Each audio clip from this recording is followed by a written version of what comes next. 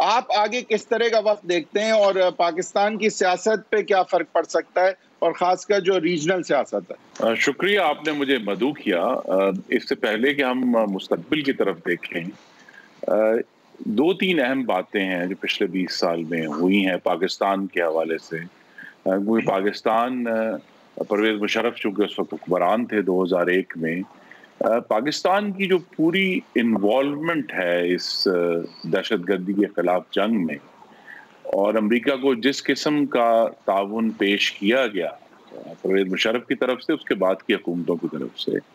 اس پہ ہمیں بہت روشنی ڈالنے کی ضرورت ہے تاکہ ہم بھی سمجھ سکیں کہ یہ کیا کہانی ہوئی ہے پاکستان کے ساتھ۔ کیونکہ نتیجہ یہ ہے اس جنگ میں حصہ لینے کا کہ پاکستان کی جو سفارتی ساکھ ہے وہ صفر سے بھی منفی ہو چکی ہے، اس کے ٹکڑے ہو گئے ہیں ہماری سفارتی ساکھ کے،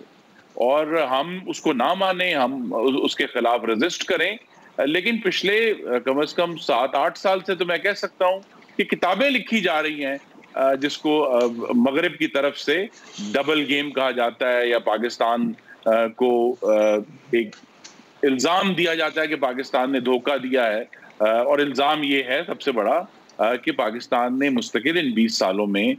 طالبان کو سپورٹ بھی کیا ہے، ان کو پناہ گاہیں بھی فراہم کی ہیں، ان کے خاندانوں کو یہاں رکھا ہے۔ اب یہ سب کہانی ایسی ہے جو ہم نے مغرب کی شائع شدہ کتابوں میں یا ان کے ہم جو جریدے ہیں یا اخبار ہیں ان میں تو پڑھ رہے ہیں، لیکن ہمیں یہ نہیں معلوم کہ یہ ہم اس حال تک جب پہنچے ہیں اس کی کیا وجہ ہے۔ دوسرا ایشو جو بڑا سنجیدہ ہے وہ یہ ہے کہ پاکستان کی جو خود مختاری ہے بطور ایک ملک ویزا بھی افغانستان، جو کہ ہمیشہ سے دھندلی رہی ہے، اب ہمیں اس کو واضح کرنا پڑے گا آنے والے دنوں میں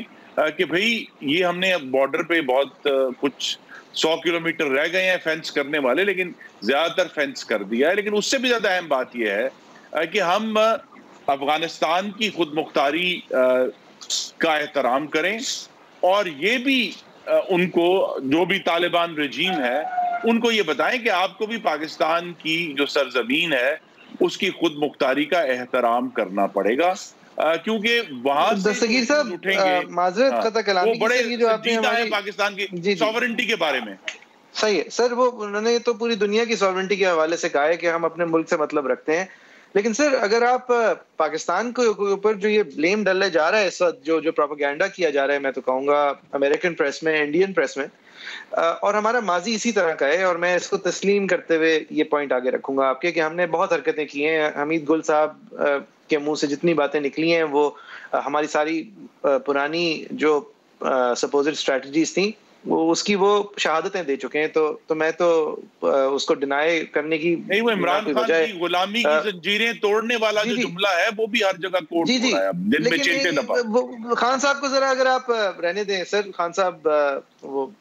کے علاوہ اگر ہم اسٹیبلشمنٹ کی بات کر لیں سر، یہ ایک ملک ہے جو ہمارے پڑوس میں ہے، جس کے اندر ہمارے ملک کے اندر چلنے والی مشکل ترین انسرجنسی کرنے والے لوگ، تحریک طالبان پاکستان کے لوگ، جو اس ملک میں سے آتے جاتے رہتے ہیں۔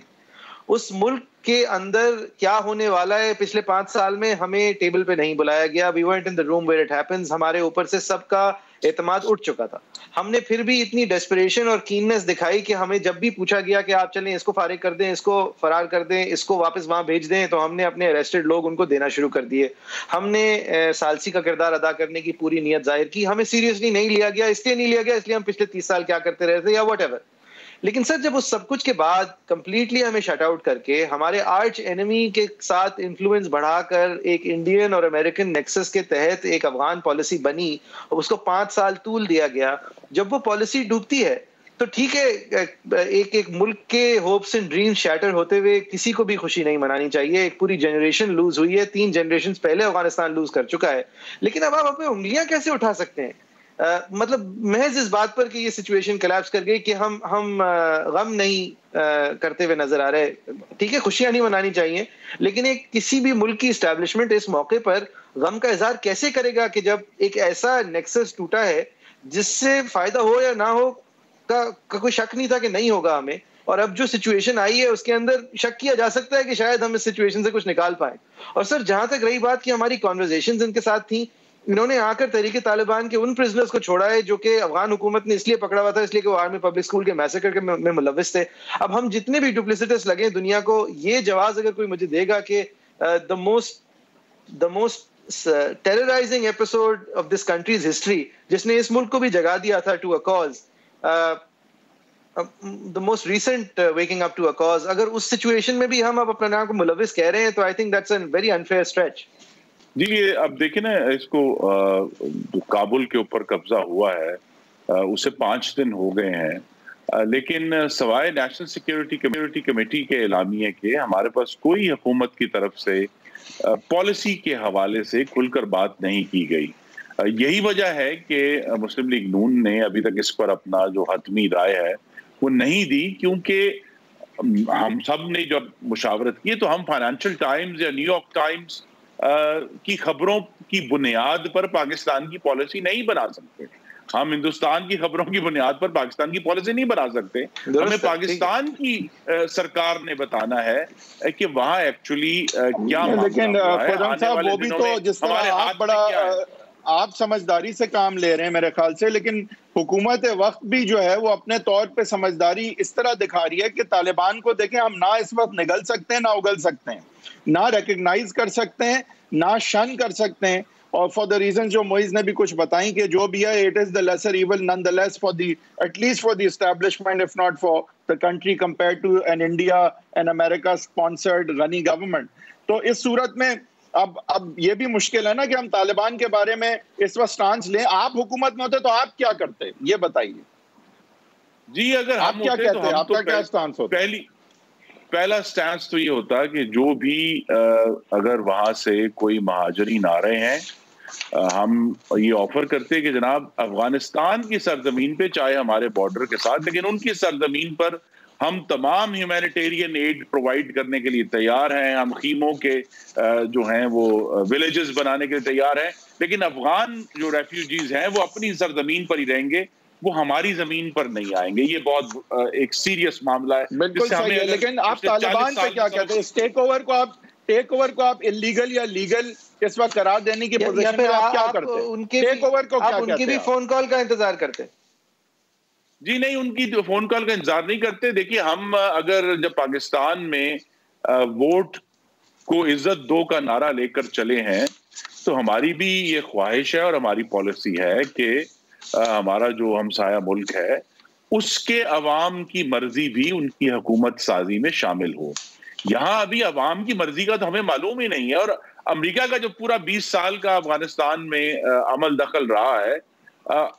اگر آپ ٹیکنیکل بنیاد پہ دیکھیں تو امریکہ جنگ تو 2001 میں ہی جیت گیا تھا. اصل میں ان کو ناکامی ہوئی ہے ریاست سازی میں ناکامی ہوئی ہے, جس کے ذریعے انہیں ریاست سازی کے لیے اپنی فوج استعمال کی. ایک وقت میں 2014 میں 1,35,000 تک ان کے فوجی بھی آئے, لیکن جو امریکہ جنگ ہارا ہے وہ تو 2014 میں جب ان دسمبر میں وڈرال کیا, اس کے بعد امریکہ جنگ ہار چکا تھا. اگر جو بھی ان کی ریاست سازی کی کوشش تھی, یہ 7 سال لگے ہیں ان کو یہ خبر وہاں تک پہنچنے میں کہ بھائی اب یہ معاملہ ٹینیبل نہیں رہا. مجھے نہیں سمجھ آ رہی کہ میں ہنسوں یا روں. جی مجھے نہیں سمجھ آ رہا تھا میں ہنسوں یا روں جب بائیڈن صاحب نے کہا کہ اگر افغانی اپنے لیے لڑنے کو تیار نہیں تو ہم کیوں لڑیں. تو آپ 20 سال سے کیا کر رہے تھے پھر وہاں؟ جنگ جیت کے چلے جاتے. اگر آپ سمجھتے تھے کہ یہ لیجیٹمیٹ ریجیم ہے اور یہ نہیں اپنے حقوق کے لیے یا افغانیوں کے لیے نہیں کھڑی ہوگی, تو